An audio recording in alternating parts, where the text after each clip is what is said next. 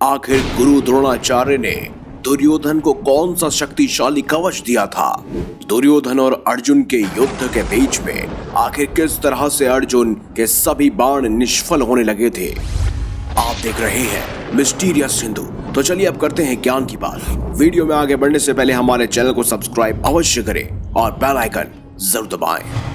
जैसा कि आपने अपनी पिछली कुछ वीडियो में आपको ये जरूर बताया था कि सूर्य पुत्र कर्ण के पास ही दिव्य कवच मौजूद नहीं था, बल्कि स्वयं गुरु द्रोणाचार्य ने अर्जुन को एक शिक्षा दी थी, जिसके चलते अर्जुन ने आगे वो शिक्षा अभिमन्यु को दी और उन्हें ही एक खास कवच प्राप्त हुआ। और किस तरह से युद्ध के 13वें दिन अभिमन्यु ने उस खास कवच का इस्तेमाल किया था।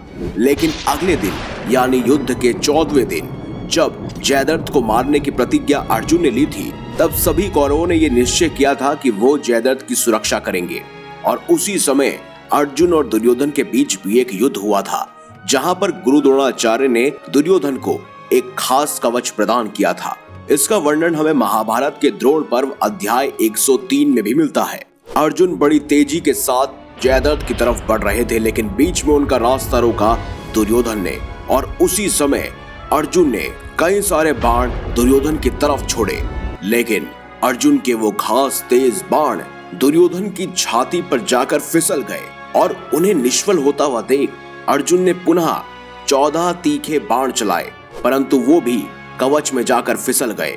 अर्जुन के उन 28 बाणों को निष्फल हुआ देखकर भगवान श्री कृष्ण ने कहा, हे पार्थ, आज मैं परस्तर खंडों के चलने के समान ऐसी बात देख रहा हूँ जिससे पहले कभी नहीं देखी हो।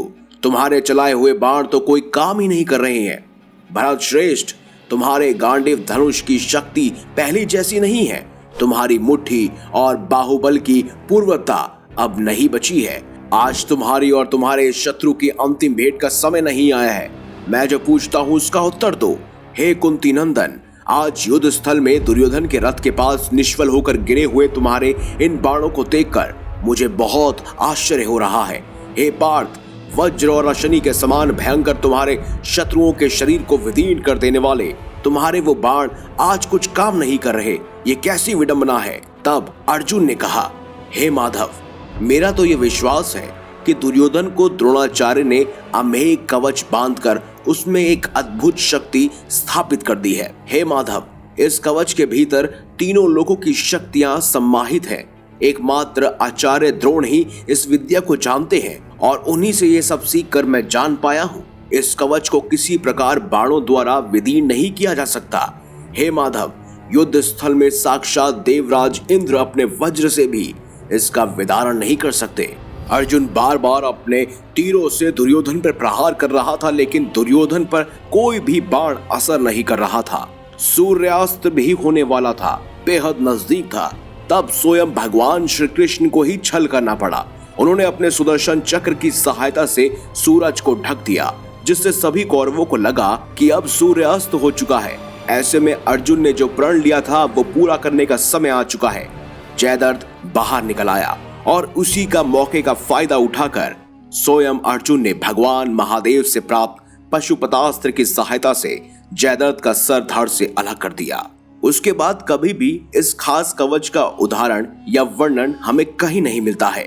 सिर्फ और सिर्फ महाभारत के द्रोण पर्व में ही इन खास कवचों का हमें उदाहरण मिलता है, जहां अध्याय 103 में स्वयं द्रोणाचार्य ने ही दुर्योधन को वो कवच दिया था। तो वहीं युद्ध के 13वें दिन यानी कि अध्याय 48 में स्वयं अभिमन्यु को अर्जुन ने वो खास कवच प्रदान किया था, जिसकी शिक्षा उन्होंने स्वयं द्रोणाचार्य से प्राप्त की थी। तो इस हिसाब से कहा जा सकता है कि सिर्फ सूर्य पुत्र दानवीर कर्ण के पास ही शक्तिशाली कवच मौजूद नहीं था, बल्कि ये द्रोणाचार्य को भी इसकी शिक्षा थी और उन्होंने इसकी शिक्षा केवल और केवल अर्जुन को दी थी। तो दोस्तों, अगर आपको हमारी ये खास जानकारी, ये वीडियो अच्छी लगी है तो इस वीडियो को लाइक कीजिए, हमारे चैनल को सब्सक्राइब कीजिए। तो मिलेंगे अगली बार एक नई खास वीडियो के साथ। तब तक के लिए देखते रहिए संपूर्ण ज्ञान का केंद्र बिंदु मिस्टीरियस हिंदू।